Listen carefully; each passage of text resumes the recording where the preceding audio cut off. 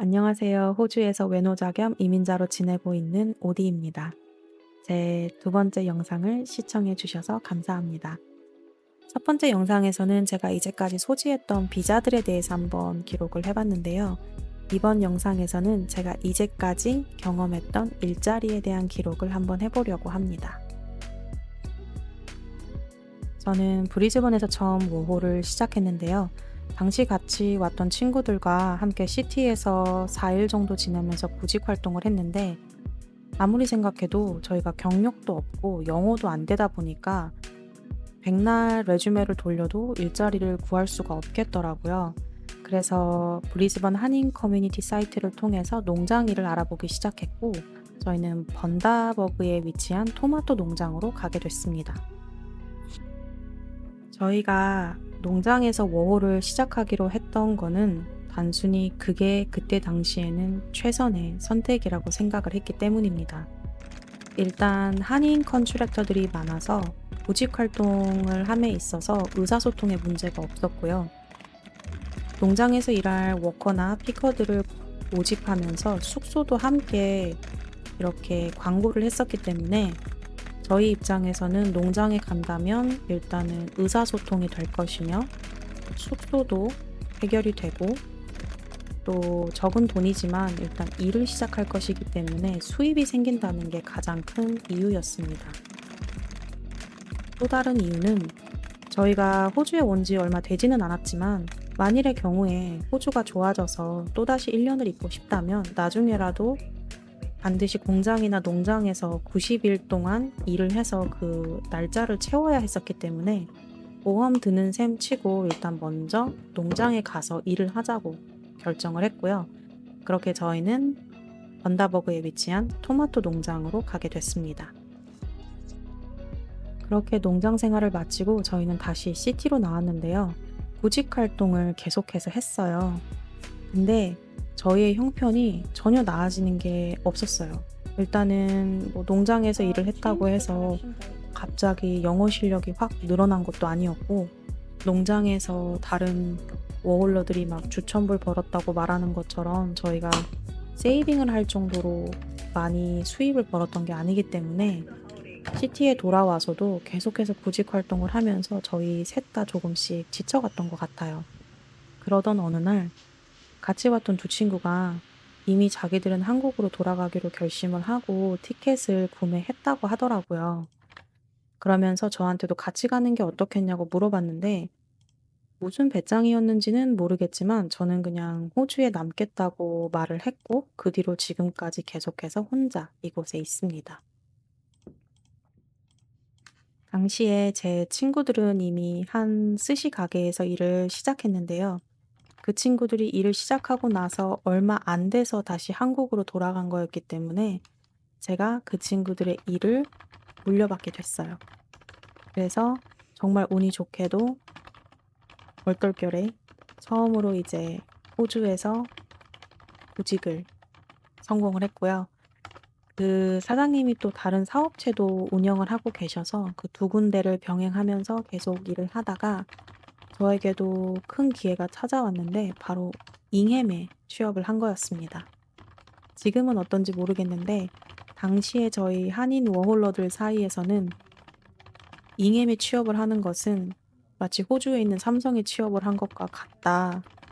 잉햄 잡은 워홀계의 삼성이다. 저희끼리 농담 반 진담 반으로 이런 얘기를 했고 워홀러들이라면 누구나 그 잉햄에 들어가고 싶어 했었어요.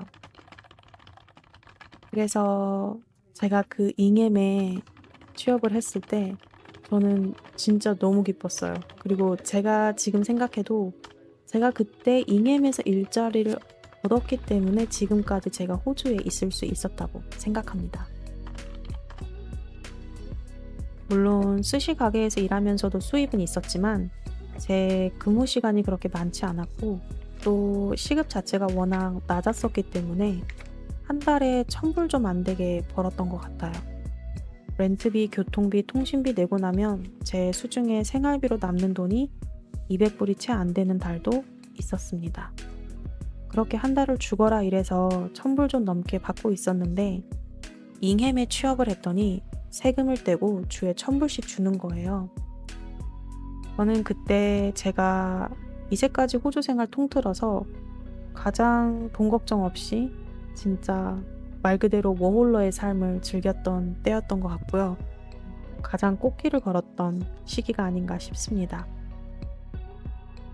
워홀 비자 소지자는 한 고용주 밑에서 6개월 이상 일을 할 수가 없었기 때문에 저는 6개월 뒤에 잉여을 나와서 다시 구직 활동에 들어갔고요. 그렇게 청소잡을 구하게 됩니다. 제가 청소를 했던 구역은 다름 아닌 치킨 공장 잉햄이었는데요. 잉햄에 재취업을 한 건 아니고 잉햄 청소 계약건을 가지고 있던 뉴질랜드 청소회사에 취업을 한 거였어요. 이 일은 제가 제 인생 통틀어서 했던 모든 일들 중에 가장 힘든 일로 기억되고 있습니다. 정말 너무 힘들었는데 먹고 살아야 되니까 참으면서 4개월 정도 일을 했고요. 그 와중에 제 세컨 비자가 승인이 돼서 저는 다시 바로 잉햄에 지원을 했어요. 그렇게 전화 인터뷰도 마치고 메디컬 검사까지 마쳤기 때문에 저는 제가 다시 재취업에 성공했다고 90% 정도 확신을 했고 청소회사에 노티스를 줬는데 아무리 기다려도 잉햄에서 연락이 안 오더라고요. 그래서 저는 다시 구직 활동에 들어갑니다. 그리고 저는 한인 사장님이 운영하는 스시 가게에 취업을 하게 됐고 그곳에서는 좀 오래 일을 했어요. 그런데 나중에 시간이 지나니까 사람한테 치이고 대이고 너무 스트레스를 받더라고요. 그래서 사람 상대 안 하고 묵묵히 내 할 일만 할 수 있는 일을 찾다가 주방 보조 키친핸드로 한 10개월 정도 일을 했고요.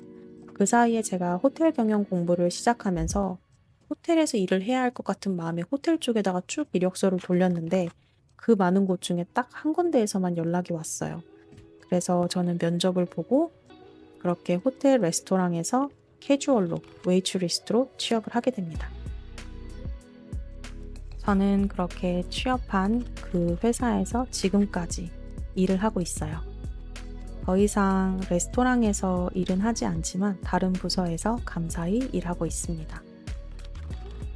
저는 워홀 초반 때 일이 없어서 너무 스트레스를 받았었거든요. 그래서 지금도 가끔 퇴사 욕구가 올라오면 그때 그 힘들었던 제 초창기 워홀 시기를 떠올려 봅니다. 스스로에게 묻는 거죠. 아, 내가 다시 그 구직 활동을 할 준비가 되었나? 지금 하는 일이 내가 그 스트레스를 다시 감내할 만큼 그렇게 힘든 일인가? 정말 버틸 수가 없는가? 이렇게 물으면서 퇴사 욕구를 꾹꾹 누르면서 다니는 날도 있습니다. 저는 출근할 곳이 있다는 것도 사실은 감사한 일이고 또 어딜 가나 힘든 일은 있을 것이며 일은 그냥 일이니까요. 그래서 워홀 시기랑 코로나를 겪으면서 가까운 친구나 가족이랑 내가 불평할 동료나 상사 또는 업무가 있다는 것도 감사한 일이 될 수 있다는 것을 배웠습니다. 지금 이 영상을 보시는 모든 분들, 누군가는 학업의 전선에서 누군가는 취업 준비를 하면서 또 누군가는 이미 일선에서 각자의 위치에서 열심히 하루를 보내고 계실 거라고 믿어요. 우리 모두 힘내서 열심히 버텨보아요. 오늘 영상은 여기까지고요. 끝까지 봐줘서 감사합니다. 다음에 또 놀러와요. 빠이!